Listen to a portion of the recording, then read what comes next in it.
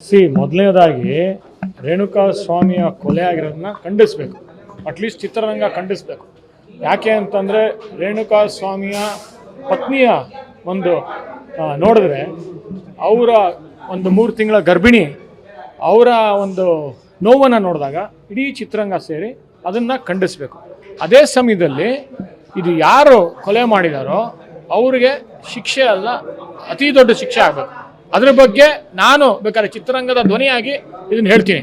ಆದರೆ ಇನ್ನೂ ಇನ್ವೆಸ್ಟಿಗೇಷನ್ ನಡೀತಾ ಇದೆ, ಕೇಳಿ ಇಲ್ಲಿ ಹೇಳ್ತೀನಿ. ಇವತ್ತು ಇನ್ವೆಸ್ಟಿಗೇಷನ್ ಆಗುತ್ತೆ, ನೀವು ಪತ್ರಕರ್ತರು, ಮತ್ತು ಇನ್ವೆಸ್ಟಿಗೇಷನ್ ಆಗೋ ಸಮಯದಲ್ಲಿ ಪೊಲೀಸ್ ಅವ್ರಿಗೂ ಒಂದು ಸ್ವಲ್ಪ ಸಮಯ ಕೊಡಿ. ಅವರು ಒಂದು ಒಳ್ಳೆ ಕರೆಕ್ಟ್ ಆಗಿರೋ ಉತ್ತರ ಅವರೇ ಕೊಡಲಿ, ಯಾರು ಮಾಡಿದ್ದಾರೆ ಅಂತ. ನಾನು ನಿಮ್ಮ ಮುಂದೆ ಬರ್ತೀನಿ, ಅವಾಗ ಅದನ್ನು ಖಂಡಿಸ್ತೀನಿ. ಇವಾಗಲೂ ಖಂಡಿಸ್ತಾ ಇದ್ದೀನಿ. ರೇಣುಕಾ ಸ್ವಾಮಿಯ ಕೊಲೆ ಖಂಡನೀಯ, ಮತ್ತು ಅವರ ತಂದೆಗೆ, ಅವ್ರ ತಾಯಿಗೆ ಮತ್ತು ಅವರ ಧರ್ಮಪತ್ನಿಗೆ ನ್ಯಾಯ ಒದಗಿಸ್ಕೊಡ್ಬೇಕು. ಆ ಸಾವಿನ ನ್ಯಾಯ ಒದಗಿಸೋಕ್ಕಾಗಲ್ಲ. ನಮ್ಮ ಗೌರಿ ನಾನು ಕಳ್ಕೊಂಡಾಗಲೂ ಇವತ್ತಿಗೂ ಕೂಡ ನನಗೆ ನ್ಯಾಯ ಸಿಕ್ಕಿಲ್ಲ.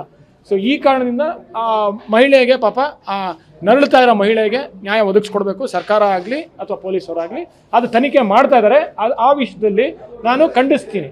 ಆದರೆ ಯಾರು ಸಾಯಿಸಿದ್ದಾರೆ, ಯಾರು ಮರ್ಡರ್ ಮಾಡಿದ್ದಾರೆ ಅನ್ನೋದು ನಿಜವಾಗ್ಲೂ ಕಮಿಷನರ್ ಹೇಳಿದ ತಕ್ಷಣ ನಾನೇ ನಿಮ್ಮ ಜೊತೆ ಸೇರಿ ಪ್ರೊಟೆಸ್ಟ್ ಮಾಡೋಣ, ಅದ್ರ ಬಗ್ಗೆ ಒಂದು ಧರಣಿ ಮಾಡೋಣ. ಆದರೆ ಕೇಳಿಲ್ಲ, ಇನ್ನೊಂದು ವಿಷಯ ನಿಮ್ಮ ಮೂಲಕ ಕೇಳ್ಪಟ್ಟೆ. ಪತ್ರಕರ್ತರ ಮೇಲೆ ಹಲ್ಲೆ ಮಾಡೋದು. ನಾನು ಒಬ್ಬ ಪತ್ರಕರ್ತನಾಗಿರೋದ್ರಿಂದ ಪತ್ರಕರ್ತರಿಗೆ ಯಾಕೆ ಹಲ್ಲೆ ಮಾಡ್ತಾರೆ? ಪತ್ರಕರ್ತರು ಅವರ ಕರ್ತವ್ಯನ, ಅವರ ಕೆಲಸನ ನಿಭಾಯಿಸ್ತಾ ಇದ್ದಾರೆ. ಅವ್ರ ಪತ್ರಕರ್ತರು ಇವತ್ತು ಇಲ್ಲ ಅಂದಿದ್ರೆ ಈ ಕೇಸನ್ನು ಕಸದ ಬುಟ್ಟಿಗೆ ಹಾಕ್ಬಿಟ್ಟು ಮುಚ್ಚೋಗ್ಬಿಡೋದು. ಪತ್ರಕರ್ತರಿಂದನೇ ಕ್ಷಣಕ್ಕೂ ಇದನ್ನು ಎಕ್ಸ್ಪೋಸ್ ಮಾಡಿದ ತಕ್ಷಣವೇ ಇವತ್ತು ಇಲ್ಲಿ ತನಕ ಡೆವಲಪ್ಮೆಂಟ್ ಆಗಿರೋದು, ಮತ್ತು ಇಲ್ಲಿ ತನಕ ಒಂದು ಮಟ್ಟಕ್ಕೆ ರೇಣುಕಾ ಸ್ವಾಮಿ ಅವರ ಸಾವಿಗೆ ಮತ್ತು ರೇಣುಕಾ ಸ್ವಾಮಿ ಅವರ ಧರ್ಮಪತ್ನಿಗೆ ಅವರಿಗೆ ನ್ಯಾಯ ಒದಗಿಸ್ತಾ ಇರೋದು. ಆದರೆ ನಿಜವಾದ ನ್ಯಾಯ ಅಂದರೆ ಯಾರು ಕೊಲೆ ಮಾಡಿರೋ ಅತಿ ಕಠಿಣ ಶಿಕ್ಷೆ ನ್ಯಾಯಾಲಯ ನೀಡಬೇಕು. ಅದು ನಾನು ನಿಮ್ಮ ಜೊತೆ ಇದ್ದೀನಿ.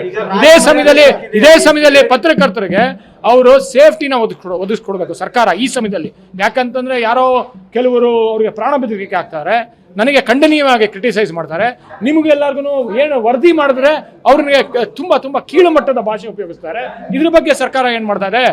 ಇದ್ರ ಬಗ್ಗೆ ಯಾವ ಥರ ಆ್ಯಕ್ಷನ್ ತೊಗೊತಾ ಇದೆ? ಪತ್ರಕರ್ತರ ವಿಷಯದಲ್ಲಿ ಅವರ ಸೇಫ್ಟಿಗೋಸ್ಕರ ಅವರು ವರದಿಯನ್ನು ಮಾಡ್ತಾ ಇದ್ದಾರೆ. ಅದಕ್ಕೋಸ್ಕರ ಇಡೀ ಪತ್ರಕರ್ತರ ಸೇಫ್ಟಿಯ ದೃಷ್ಟಿಯಿಂದ ಅದು ಸರ್ಕಾರ ಇಮಿಡಿಯೇಟ್ ಆಗಿ ರಿಯಾಕ್ಟ್ ಮಾಡಬೇಕು. ಒಂದು ಸೈಬರ್ ಕ್ರೈಮನ್ನು ಅತಿ ಹೆಚ್ಚು ಇನ್ನೂ ಗಟ್ಟಿ ಮಾಡಬೇಕು, ಶಕ್ತಿ ಕೊಡಬೇಕು, ಅವ್ರಿಗೆ ಇಮಿಡಿಯೇಟ್ ಆಕ್ಷನ್ ತಗೋಬೇಕು ಅಂತ ಹೇಳ್ತೀನಿ. ಯಾರಿಗೇ ಆಗಲಿ ರಾಜಮರ್ಯಾದೆ ನೀಡಬಾರ್ದು. ಅದು ಯಾರೇ ನಟ ಆಗಲಿ, ಅದು ಯಾರೇ ದೊಡ್ಡ ಸೆಲೆಬ್ರಿಟಿ ಆಗಲಿ, ಯಾವುದೇ ಮಂತ್ರಿಯ ಮಗ ಆಗಲಿ, ಅದಕ್ಕೆ ರಾಜ್ಯ ಮರ್ಯಾದೆ ಕೊಡಬಾರ್ದು. ಅದನ್ನು ನಾವು ಪತ್ರಕರ್ತರು ರಿಪೋರ್ಟ್ ಮಾಡ್ತಾ ಇದ್ದೀವಿ. ಅದು ಯಾರು ಅದನ್ನು ಇನ್ವೆಸ್ಟಿಗೇಟ್ ಮಾಡ್ತಾರೋ ಇಮಿಡಿಯೇಟ್ ಆಗಿ ಕಮಿಷನರು ಹೆಸರು ತರಲಿ, ನಾನೇ ನಿಮ್ಮ ಜೊತೆ ಸೇರ್ಕೊಂಡು ಧರಣಿ ಮಾಡ್ತೀನಿ. ಅಲ್ಲಿ ತನಕ ನಾವು ಒಂದು ಸ್ವಲ್ಪ ಸಮಯದಿಂದ ಒಂದು ಸ್ವಲ್ಪ ಅವ್ರಿಗೂ ಟೈಮ್ ಕೊಡೋಣ, ತನಿಖೆ ಸರಿಗೆ ಮಾಡಲಿ. ಇವಾಗ ಎವಿಡೆನ್ಸ್ ತುಂಬ ಮುಖ್ಯ. ಫಸ್ಟ್ 72 hours ತುಂಬ ಮುಖ್ಯ. ಅದು ಎವಿಡೆನ್ಸ್ ತಗೊಂಬರಲಿ, ಕಮಿಷನರ್ ಹೇಳಲಿ ಯಾರು ಕೊಲೆ ಮಾಡಿರೋದು ಕರೆಕ್ಟಾಗಿ. ಅವಾಗ ನಾವು ನಿಮ್ಮ ಜೊತೆ ಸೇರ್ಕೊಂಡು ಧರಣಿ ಮಾಡ್ತೀವಿ. ಆಯ್ತಾ? ನಮಸ್ಕಾರ.